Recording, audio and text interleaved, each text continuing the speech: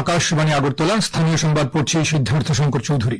মুখ্যমন্ত্রী অধ্যাপক ডাক্তার মানিক সাহা গতকাল নগর উন্নয়ন দপ্তরের শেল্টার ফর আরবান হোমলেস কম্পোনেন্টের উদ্যোগে জিবিপি হাসপাতাল চত্বরে 100 শয্যার ভারতমাতা ক্যান্টিন ও নাইট শেল্টার হাউসের উদ্বোধন করেন। এ উপলক্ষে তিনি বলেন, রাজ্য সরকার মানবিকতাকে সবচেয়ে বেশি গুরুত্ব দিয়ে বিভিন্ন ধরনের উন্নয়নমূলক কাজ করে যাচ্ছে। আগামী দিনেও বড় হাসপাতাল ও টার্সিয়ারি হেলথ সেন্টারগুলোতে এই ধরনের আশ্রয়স্থল খোলার চেষ্টা চলছে। মুখ্যমন্ত্রী বলেন, নবনির্মিত এই শেল্টার হাউসে মহিলা, পুরুষ ও দিব্যাঙ্গদের থাকার ব্যবস্থা রয়েছে। দূর দূরান্ত থেকে আসা রোগীর পরিবারের সদস্যরা কম খরচে থাকা খাওয়ার জন্য মূল্য নির্ধারিত হয়েছে মোট 30 টাকা। এই শেল্টার হাউসের পরিষ্কার পরিচ্ছন্নতা ও সুরক্ষার বিষয়টি মাথায় রাখার জন্য তিনি এলাকার জনপ্রতিনিধি সহ সকলের কাছে আহ্বান জানান।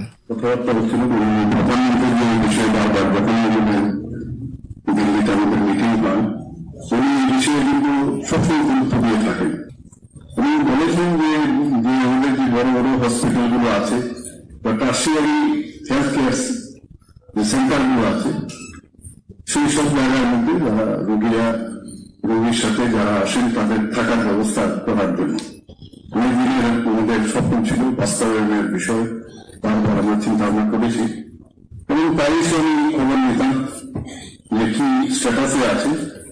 তো যারা বাইরের থেকে আসে, দূর দূরান্ত থেকে তাদের থাকার এটা কিন্তু প্র্যাকটিক্যাল প্রবলেম। কারণ যখন পেশেন্ট নিয়ে আসে, পেশেন্টকে ভর্তি তো হয়, তো তার থাকার একটা বিরাট সুবিধা এবং তার ব্যবস্থা আজকে এখানে যে 100 বেডের যে ভারতমাতা ক্যান্টিন কাম নাইট শেল্টার এখানে করা হয়েছে। আমি এর জন্য ডিপার্টমেন্টের যারা এর সাথে যুক্ত রয়েছেন সবাইকে আমি হার্দিক অভিনন্দন এবং শুভেচ্ছা দেব। ফিরে এলাম খবরে। রাষ্ট্রপতি দ্রৌপদী মুর্মু বলেছেন, প্রযুক্তি, গণমাধ্যম, অর্থনীতি এবং জননীতির জগৎ দ্রুত পরিবর্তিত হচ্ছে। রাষ্ট্রপতি ভবনে ইন্ডিয়ান ইনফরমেশন সার্ভিস এবং ইন্ডিয়ান স্ট্যাটিস্টিক্যাল সার্ভিসের প্রশিক্ষার্থী আধিকারিকদের সঙ্গে আলাপচারিতায় গতকাল তিনি একথা বলেন।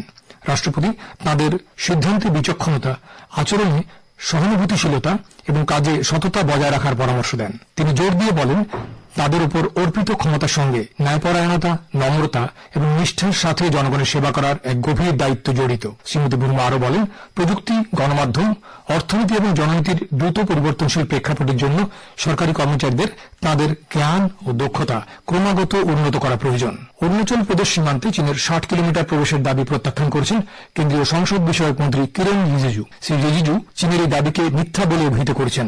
গতকাল সামাজিক মাধ্যমে তিনি জানান, অরুণাচল প্রদেশে চীনের প্রবেশকে উদ্দেশ্য প্রণোদিতভাবে দেখানোর জন্য বাংলাদেশ থেকে আনা ছবি এবং ভিডিও ব্যবহার করা হচ্ছে। কেন্দ্রীয় মন্ত্রী ভারত চীন সীমান্ত সমস্যার মধ্যে একটি গুরুতর সংবেদনশীল বিষয়ে জনগণকে সতর্ক থাকার জন্য আবেদন জানান। মহারাজা বীর বিক্রম কিশোর মাণিক্য বাহাদুরের 118তম জন্মবার্ষিকী গতকাল রাজ্যের সর্বত্র যথাযথ মর্যাদায় উদযাপন করা হয়। এ উপলক্ষে মূল অনুষ্ঠানটি ছিল আগরতলার রবীন্দ্র শতবার্ষিকী ভবনে। তথ্য সংস্কৃতি দপ্তর আয়োজিত এই অনুষ্ঠানের উদ্বোধন করে মুখ্যমন্ত্রী অধ্যাপক ডাক্তার মানিক সাহা বলেন, মহারাজা ছিলেন আধুনিক ত্রিপুরার স্থপতি। এই উপলক্ষে জনজাতি কল্যাণ দপ্তরের উদ্যোগে প্রজ্ঞা ভবনে এক অনুষ্ঠানের আয়োজন করা হয়। অনুষ্ঠানে ছিলেন জনজাতি কল্যাণ মন্ত্রী বিকাশ দেববর্মা। নর্থ ইস্ট ফাউন্ডেশন এবং হেল্পিং হ্যান্ড সংস্থার যৌথ উদ্যোগে আগরতলা প্রেস ক্লাবে এক আলোচনা সভা অনুষ্ঠিত হয়। আলোচনা সভায় প্রাক্তন কেন্দ্রীয় প্রতিমন্ত্রী প্রতিমা ভৌমিক, ত্রিপুরা রাজ পরিবারের সদস্য প্রদ্যোৎ কিশোর দেববর্মন সহ অন্যান্যরা উপস্থিত ছিলেন। এছাড়া উদয়পুর, খোয়াই ও সাবরুমের সাতচাঁদে মহারাজা বীর বিক্রম কিশোর মাণিক্য বাহাদুরের প্রতি শ্রদ্ধাঞ্জলি জ্ঞাপন ও স্মৃতিচারণ অনুষ্ঠান হয়। দক্ষিণ মেলের বকাফা কেন্দ্রীয় বিদ্যালয়ে 37তম